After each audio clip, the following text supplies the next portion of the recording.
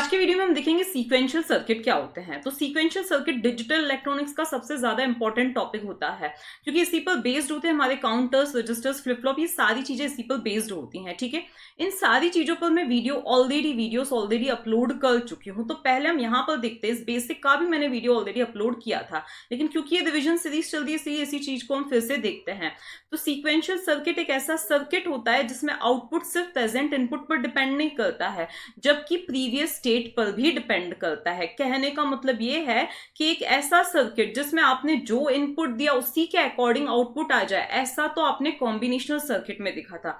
देखो, अगर हम सीक्वेंशियल सर्किट के एक ब्लॉक डायग्राम की बात करते हैं तो उसका ब्लॉक डायग्राम कुछ इस तरह से बनता है। देखो, ये होता है इसका ब्लॉक डायग्राम, ये है हमारा कॉम्बिनेशनल सर्किट, ये है मेमोरी एलिमेंट, और इनसे मिलकर बना है हमारा सीक्वेंशियल सर्किट। अब अगर आप फर्स्ट टाइम इस चीज को देखते हो तो यहाँ कंफ्यूजन हो जाता है कि ये क्या चीज है। तो उसके पहले हम समझते हैं कॉम्बिनेशनल सर्किट क्या होता है। तो वो चीज तो हम देख ही चुके थे, कॉम्बिनेशनल सर्किट क्या होता है, लेकिन एक छोटी सी चीज हम समझते हैं कॉम्बिनेशनल सर्किट की। देखो, कॉम्बिनेशनल सर्किट की अगर हम बात करें तो सपोज हम एक छोटा सा कॉम्बिनेशनल सर्किट लेते हैं जिसको बोला गया है कि कोई हम कोड देंगे, कोई हम नंबर देंगे, उसको एक्सेस थी में कन्वर्ट करो। एक्सेस थी का मतलब क्या होता है, बीसीडी प्लस थी। मतलब अगर हमने 0 दिया है तो वो 3 आउटपुट देगा, हमने 1 दिया है तो उसमें 3 ऐड करके 4 आउटपुट देगा। ठीक है, तो मान लिया एक कॉम्बिनेशनल सर्किट है जिसमें हमने सपोज ये है, देखो बीसीडी कोड में कितनी बिट्स होती हैं, 4 बिट्स होती हैं। तो अभी अगर मैंने दिया है 0 0 0 1 दिया है तो उसको ये पता है कि उसमें 3 ऐड करना है, तो वो 3 ऐड करने का काम ये वाला हमारा सर्किट करेगा। ठीक है, और 3 ऐड करने के बाद हमें आउटपुट देगा। क्या आउटपुट देगा, देखो 1 में 3 ऐड किया, क्या आउटपुट मिलेगा 4, तो हमें आउटपुट क्या मिलने वाला है, ये मिलने वाला है। अब देखो, अब भी हमें आउटपुट में ये मिला है। नेक्स्ट टाइम मैंने उसको इनपुट में दिया है 0 0 0 0 दिया है, क्या दिया है 0। तो अब चाहे पहले कुछ भी उसने आउटपुट दिया हो, उसको इसमें अभी 3 ऐड करके और हमें आउटपुट में क्या दे देना है, 0 0 1 1 दे देना है। मतलब अभी ये जो आउटपुट आया हो कुछ भी उससे फर्क नहीं पड़ता है, अगला जो आउटपुट होने वाला है वो डिपेंड करेगा ओनली एंड ओनली इनपुट्स पर ही डिपेंड करेगा। मान लिया ये हमारे इनपुट्स हैं W X Y Z, ये हमारे इनपुट्स हैं, ये हमारे आउटपुट्स हैं A B C D, ये आउटपुट्स हैं। तो ये चारों आउटपुट्स प्योरली डिपेंड करते हैं W X Y Z पर। अगर हम A की बात करें तो वो एक फंक्शन है, वो किस पे डिपेंड करता है, W X Y Z पर डिपेंड करता है और किसी भी चीज पे डिपेंड नहीं करता है। अगर हम B आउटपुट की बात करें तो वो भी डिपेंड करता है W X Y Z पर और किसी भी चीज पे डिपेंड नहीं करता है। मतलब आउटपुट जो होता है सिर्फ इनपुट का ही फंक्शन होता है और किसी भी चीज पे डिपेंड नहीं करता है। ठीक है, अब मान लिया हमने यही चीज चेंज कर दी। देखो, एक और कॉम्बिनेशनल सर्किट का हम एग्जांपल देखते हैं। पहले इन इनपुट्स को हम यहां से हटा देते हैं, तो ये यहां से हमने इन इनपुट्स को हटा दिया। एक और हम छोटा सा कॉम्बिनेशनल सर्किट का ही एग्जांपल देख रहे हैं। अब हमने बोला कि एक इंक्रीमेंटल सर्किट है, मतलब मैं जो नंबर दूं उसमें मुझे प्लस करके दे देना, मैंने ये बोला है। अब अगर मैंने अभी नंबर दिया है 0 तो वो सिंपली मुझे +1 करके दे देगा, 0 0 0 1 दे देगा। मैंने 1 दिया है तो वो मुझे 2 दे देगा, मैंने 2 दिया है तो वो मुझे 3 दे देगा। ठीक है, मतलब प्योरली डिपेंड कर रहा है कि अभी मैंने जो इनपुट दिया है सिंपली उसमें +1 करना है और आउटपुट दे देना है। यहां भी आउटपुट जो है वो सिर्फ डिपेंड कर रहा है इनपुट पे। लेकिन अगर यही मैंने इसको बोला होता, देखो इसको फिर से हम यहां से हटा देते हैं, यही मैंने इसको बोला होता कि मुझे क्या करो, पहले से बढ़ा के दे दो। कोई सी भी चीज मैंने बोला है पहले से बढ़ा के दे दो। इसका बेस्ट एग्जांपल है रिमोट कंट्रोल।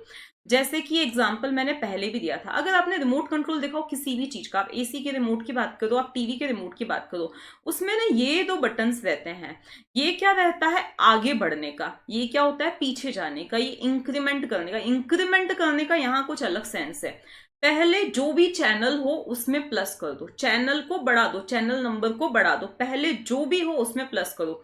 अभी चैनल नंबर अगर हम 27 पे हैं और हमने इसको प्रेस किया है, इसका मतलब क्या है, वो 27 में +1 कर देगा। तो ये जो इंक्रीमेंट था, जो मैं इनपुट दूं उसमें 1 बढ़ा दो।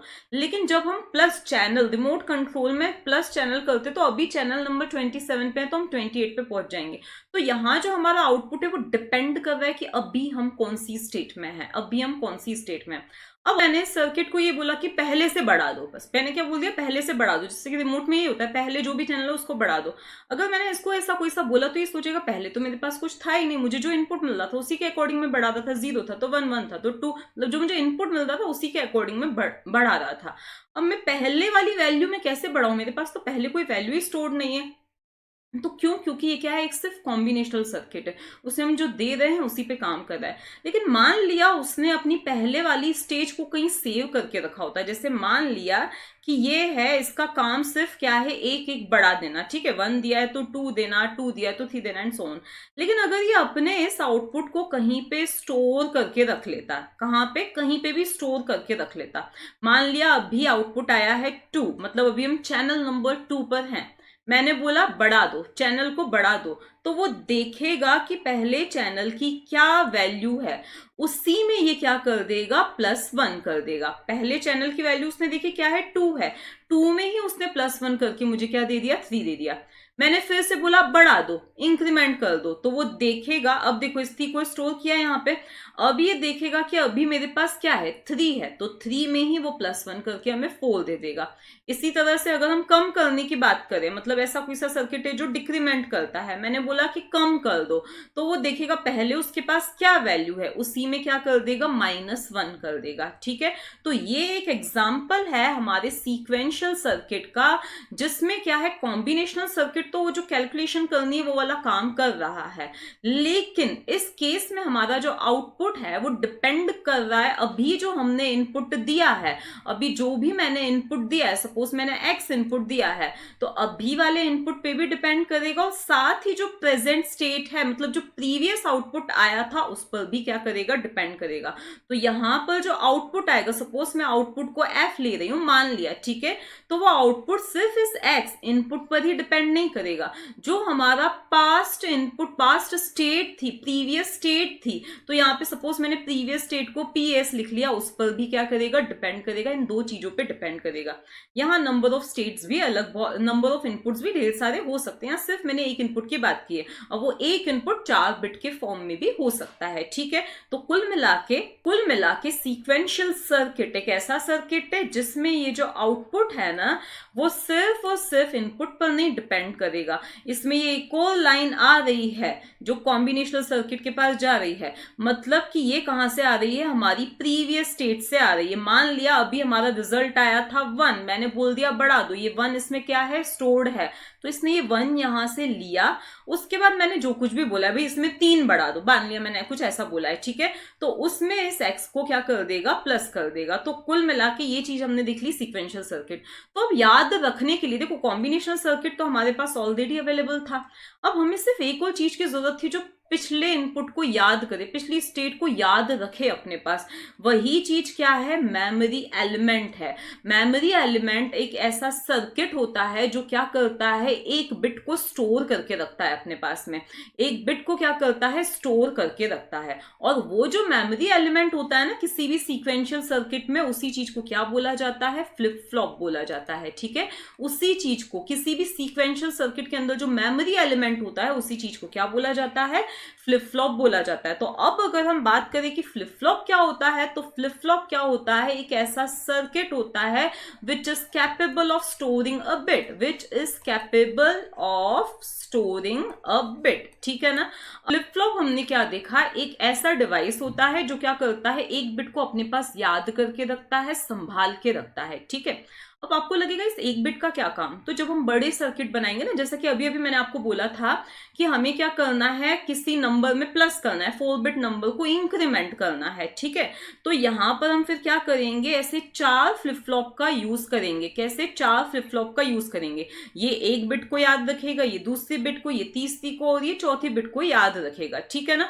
तो वो बड़े सर्किट कैसे बनाएंगे वो तो आप बाद में देखोगे, और बाद में कैसे ये सारी चीजें में काउंटर, रजिस्टर्स, ये सारी चीजें मैं ऑलरेडी एक्सप्लेन कर चुकी हूँ। अब उन्हीं का लिंक मैं आज की वीडियो में आपको प्रोवाइड करूंगी। तो पहले देखो ये फ्लिप फ्लॉप क्या है, जो एक बिट को स्टोर करके रखता है। अब ये हमें 2 आउटपुट देता है। अब आपको लगेगा भाई एक बिट स्टोर करके रख रहा है, याद करके रख रहा है, तो ये 2 आउटपुट कैसे देगा।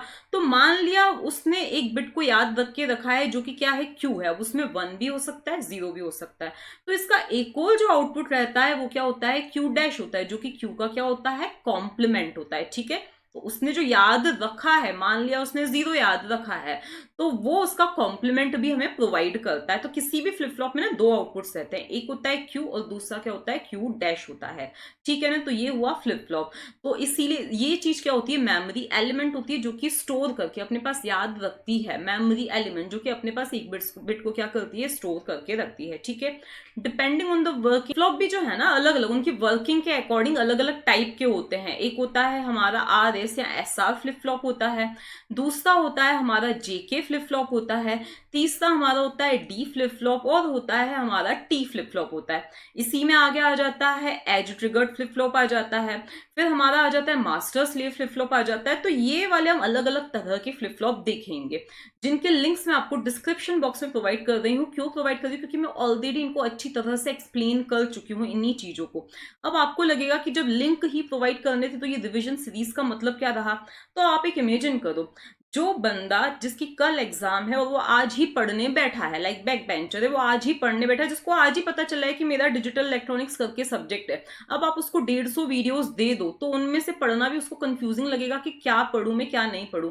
इसीलिए ये जो रिविजन सीरीज थी, ये आपके लिए एक रोड मैप थी। कुछ कुछ टॉपिक्स को मैंने फिर से एक्सप्लेन कर दिया अच्छी तरह से, और कुछ कुछ टॉपिक्स का मैंने आपको डिस्क्रिप्शन में एक जो लिंक प्रोवाइड कर दिया, ताकि आपको पता चले कि हाँ अब मुझे ये चीजें और पढ़नी है, ठीक है ना। तो पूरी आप एक दिन में निपटा सकते हो इजीली, ठीक है।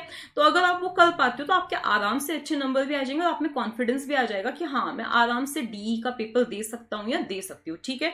तो अब ये सारे flip flop, master slave, edge triggered, ये सारे फ्लिप फ्लॉप। इसके बाद ये तो हुआ मेमोरी एलिमेंट जो स्टोर करके रखता है। इस मेमोरी एलिमेंट की हेल्प से ही तो हमारा क्या बनेगा, ये पूरा सीक्वेंशियल। अगर आप इस मेमोरी एलिमेंट को समझ जाते हो, मतलब फ्लिप फ्लॉप को समझ जाते हो, तो आराम से आपको इसका सीक्वेंशियल सर्किट भी बना पाओगे। और वो सीक्वेंशियल सर्किट्स ही कौन से हैं, हमारे काउंटर्स हुए, रजिस्टर्स हुए। तो ये आप इजीली पढ़ पाओगे। तो पहले आपको फ्लिप फ्लॉप पढ़ने हैं, उसके बाद आपको क्या पढ़ने हैं, काउंटर्स एंड रजिस्टर्स पढ़ने हैं, ठीक है ना।